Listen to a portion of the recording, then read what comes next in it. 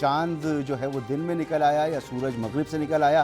بہت دنوں کے بعد میاں نواز شریف صاحب کو ہم نے پبلک اپیرنس میں دیکھا.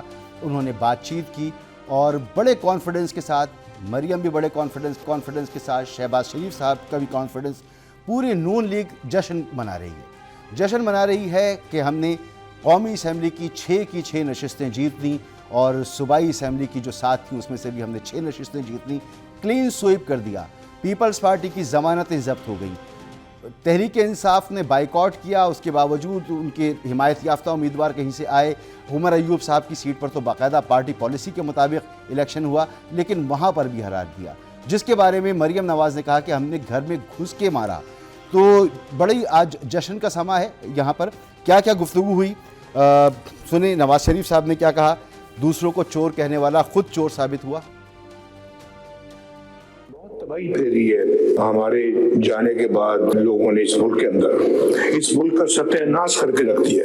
18 سے لے کے پھر 22 تک کیا ہوتا رہا پاکستان میں, ساری ذمہ داری ان کے سر ہے. لوگوں نے میرے خیال ہے کہ جو ووٹ دیا وہ آپ کو کارکردگی کی بنا پہ دیا ہے, آپ کے کام اور آپ کی محنت پہ بل بوتے پہ دیا ہے. میں شہباز شریف صاحب کو اور مریم نواز شریف صاحبہ کو شاباش دیتا ہوں. 1.5 سال میں ماشاءاللہ ایک عوامی خدمت کا ایک ریکارڈ قائم کیا ہے. اکانومی کو گڑھے سے پھر باہر نکالا ہے اور یہ کہتے ہیں پاکستان ٹیک آف پوزیشن پہ آ گیا. ٹیک آف کر چکا ہے اللہ کے فضل سے. ڈیفالٹ سے ملک کو نکالا ہے, ڈیفالٹ سے بچایا ہے. ہماری تو اقتصادی دیوالیہ پن ہو چکا تھا, اخلاقی دیوالیہ پن ہو چکا تھا, ہمارے خارجہ امور کا دیوالیہ نکال دیا. IMF کو پھر ہمارے سر پہ لا کے بٹھا دیا. میں نے ان سے جان چھوڑائی تھی کہ دوبارہ اس کو واپس لے آئے. عمران خان صرف اکیلا مجرم نہیں تھا, اس کو لانے والے بھی اس سے بڑے مجرم تھے.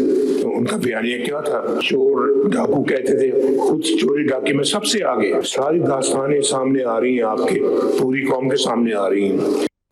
اب اگر یہ بہت بڑی ایک کامیابی ہے 7 اسمبلیوں کے الیکشن پر اور حکومت میں ہوتے ہوئے, اور اس پر جشن ہے, اور پھر یہ کہنا کہ ملک کو ٹیک آف کر چکا ہے, اس پر آج بات کریں گے ہم. ذرا مریم صاحبہ کو بھی سن لیجیے.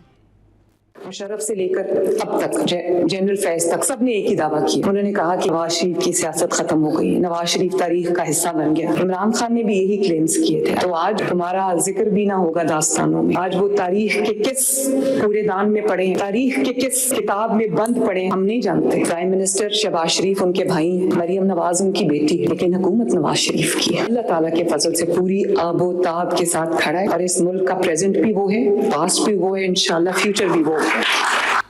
پاکستان کی سیاست ایک گول دائرے میں گھومتی ہے, اور اس میں ہر آنے والا جو ہے وہ دوسرے کو کہتا ہے کہ وہ تاریخ کے کس کوڑے دان میں پڑیں.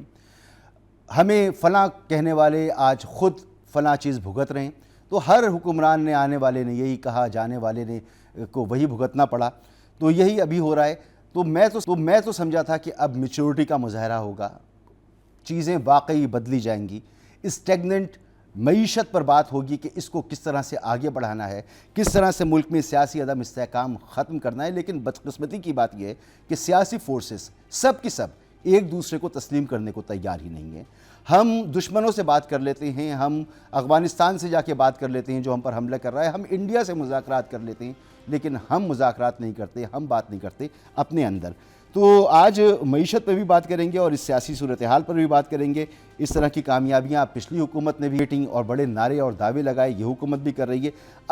حقیقت یہ ہے کہ اس وقت پاکستان میں 12 کروڑ کے قریب افراد خط غربت سے نیچے ہیں. پاکستان کا قرضہ تاریخ کی بلند ترین سطح پہ ہے. پاکستان کی معیشت اسٹیگننٹ ہے. پاکستان میں بے روزگاری کی تعداد, ہونے والے افراد کی جو تعداد ہے وہ تاریخ میں سب سے زیادہ ہے. چمک دھمک, بسیں چلنا, اسپتال بنانے کی بات کرنا, حکومتی اخراجات پر کنٹرول نہ رکھنا, کیا یہ مسئلے کا حل ہے؟